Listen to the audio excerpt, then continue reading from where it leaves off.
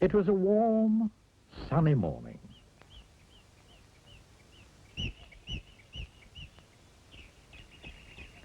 In his small house at the other side of the wood, Mr. Tickle was asleep. You didn't know that there was such a thing as a tickle, did you? Well, there is. Tickles are small and round, and they have arms that stretch and stretch and stretch. Extraordinarily long arms. Mr. Tickle was fast asleep. He was having a dream. It must have been a very funny dream, because it made him laugh out loud. And that woke him up. He sat up in bed, stretched his extraordinarily long arms, and yawned an enormous yawn. Mr. Tickle felt hungry, so do you know what he did? He reached out one of his extraordinarily long arms, opened the bedroom door, reached down the stairs, opened the kitchen door, reached into the kitchen cupboard, opened the biscuit tin, took out a biscuit, brought it back upstairs, and back to Mr. Tickle. As you can see, it's very useful indeed, having arms as long as Mr. Tickle's. Mr. Tickle munched his biscuit. He looked out of the window. Today looks very much like a tickling day, he thought to himself.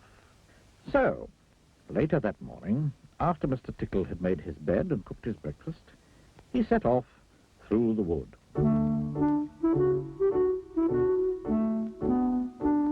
As he walked along, he kept his eyes very wide open, looking for somebody to tickle, looking for anybody to tickle.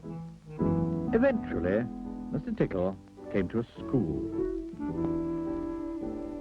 There was nobody about, so, reaching up his extraordinarily long arms to a high window ledge, Mr. Tickle pulled himself up and peeked in through the open window.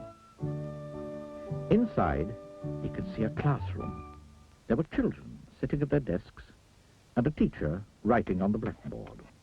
Mr. Tickle reached in through the window with that extraordinarily long arm of his, went up behind a little boy called Peter, and tickled him on the back of his neck. Peter giggled out loud. "Stop that giggling at once," said the teacher sternly. Mr. Tickle waited a minute, then reached in through the window again. Mr. Tickle's extraordinarily long arm went right up to the teacher, paused, and then tickled. The teacher jumped in the air and turned round very quickly to see who was there. But there was nobody there. Mr. Tickle grinned, a mischievous grin. He waited another minute and then tickled the teacher again. This time he kept on tickling, until soon the teacher was laughing out loud and saying, "Oh, stop it! Stop it! Oh, stop it!" over and over and over again. All the children were laughing too at such a funny sight. There was a terrible pandemonium. Eventually, Mr. Tickle thought he'd had enough fun. So he gave the teacher one more tickle for luck, and then very quietly brought his arm back through the open window. Chuckling to himself, he jumped down from the window, leaving the poor teacher to explain what it was all about, which of course he couldn't. Then Mr. Tickle went to town. And what a day Mr. Tickle had. He tickled the policeman on traffic duty at the crossroads in the middle of the town. It caused an enormous traffic jam.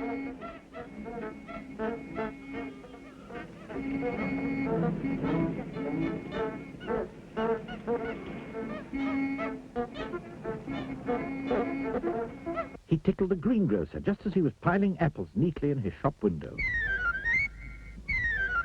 The greengrocer fell over backwards, and the apples rolled all over the shop. There were apples everywhere. At the railway station, the guard was about to wave his flag for the train to leave. As he lifted his arm in the air, Mr. Tickle tickled him. And every time he tried to wave his flag, Mr. Tickle tickled him. And tickled him again. Until the train was 10 minutes late, and all the passengers were absolutely furious.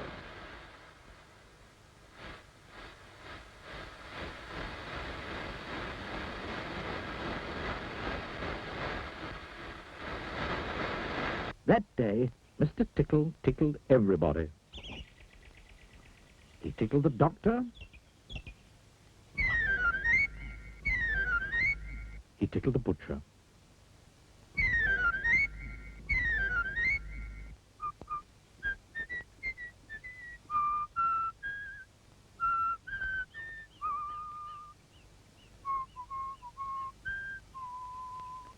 He even tickled old Mr. Stamp, the postman, who dropped all his letters into a puddle. Then Mr. Tickle went home.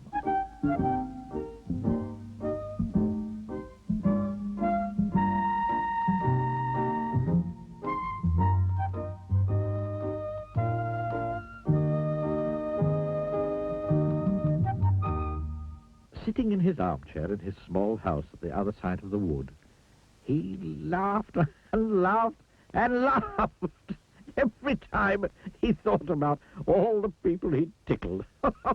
Oh, dear. Oh,